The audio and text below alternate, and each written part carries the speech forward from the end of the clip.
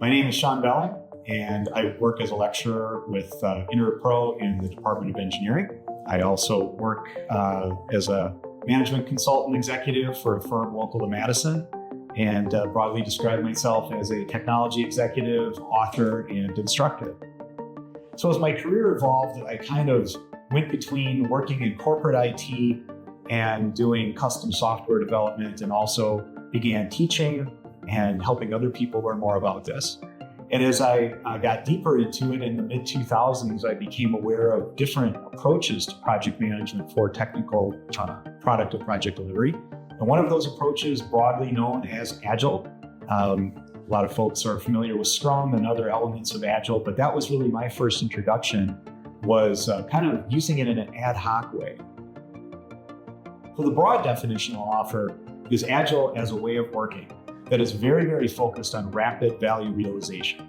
If you boil all the different Agile practices down to their essence, they all have a shared objective, which is to find out what your customer, however you define the customer, what do they want, what do they need, what problem are you trying to solve for them, and to get something of value in their hands as rapidly as reasonably possible so they can react to it. But then also through the act of doing it and the act of their using it, you get important feedback that helps you make the thing you built even better or extend the thing you built. So because much of my background comes from software development, the best way I can explain this is to say, yes, a customer, however we define that customer, says, I would like a software product that does this thing. Well, you'll investigate. Why do they want that? You will get the minimum amount of information necessary to go to work and build something on behalf of that customer and then show it to them. And you do this with a very small team. You do this with a team that is focused only on that particular product and that customer. And you enable them to kind of shut everything out for a very specific amount of time, do that work with intense focus, and then stop and say, customer, what do you think? And by the way, team, how did we work together? Many people are familiar with a cycle known as plan, do, check, act. At its core, Agile leverages that cycle to do a little bit of planning, to do some working, to then check the work, and then act on what you've learned about the work that you did, again, both from your customer and then also from your team, so that you can continuously improve your ways of working and also continuously improve and iterate on the product that you are building for your customer. Inherently, it can be used in a broad space in various verticals. So we see people using Agile techniques in healthcare.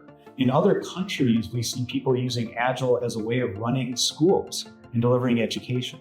So broadly speaking, anytime you have a customer and you can identify what their interests are, and you need to bring a team of people together to try to solve for those customers' needs and interests, you can use Agile as a way of working. You see a lot of social media posts talking about Agile is dead, or you're doing it wrong.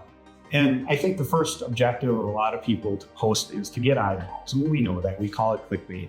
And so in a lot of the social media I read, you see people who will start off by saying, Agile's fading because you're doing it wrong. Do it my way, or do it absolutely pure to this particular framework. And again, people have their own reasons for espousing or projecting that point of view, but I would absolutely say Agile is alive and well. Agile only continues to expand in terms of the number of professions, verticals who adopt it or experiment with it as a way of working. And as we as business professionals, as academic professionals, seek to have more and more flexibility, and as the speed at which we're expected to do our work and deliver value seems to just increase year after year, agility and Agile practices are a really good way to stay plugged into that and hopefully stay on top of that. Yeah, so the class, Agile for Technical Teams, is focused on teams from organizations who are indeed building products that more than likely not have a technical orientation. So it could be people building software products. It could be people implementing different technology solutions, but it can also be people who are building products or delivering services in what I broadly call a technical space. So we have people from manufacturing who are building everything from tractors to fans who come to this course. We recently had a group of people who are primarily data residents. They're interested in learning agile ways of working to essentially better deliver those solutions for their clients. So again, technical people, but working in the financial sector. So very broadly speaking, the class is titled Agile for Technical Teams. And so these are most likely teams of technical people, but that technical definition can be very, very broad when it comes to the type of people, the type of organizations who might be interested in sending their teams to this class. The majority of the class is aimed at the people who are part of the team. Because again, what we're showing them is a way of working that, and again, we're not specific to one of the many frameworks that you find within Agile. We have Scrum, we have Extreme Programming, we have variations on scaling it. We're not really concerned about any particular framework, but rather broadly talking about the Agile values, Agile ways of working. And for those reasons, it is very much aimed at the people who will be part of those technical teams. However, so much of making Agile successful as a way of working depends on support from leaders. And so we do encourage mid-level managers and even executive leaders who want to understand this way of working and understand their responsibility in that way of working to attend this class as well. You're being exposed to the broad concepts and principles of Agile. By broadly exposing people to those values and then the different ways of working within them, they understand this is what when I hear people talking about Agile, this is what this is all about. And then from there, they can determine maybe there are specific roles within an Agile team that they'd like more education and training on, or maybe they do want to pursue a certain kind of certification. This puts them in a good place to get started, to potentially bring Agile as a practice into their organization and then understand, what might be next for them. Think of it as an investment.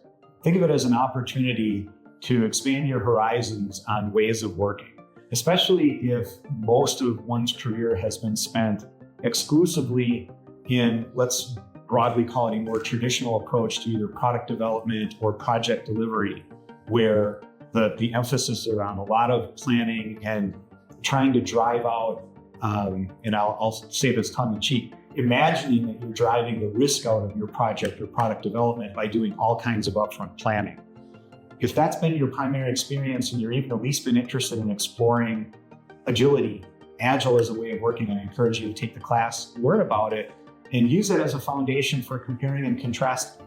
So one of the things I emphasize at the start of this course is this is not a Agile is better than type of course. Agile is a way of working, and it can be an alternative to other ways of working.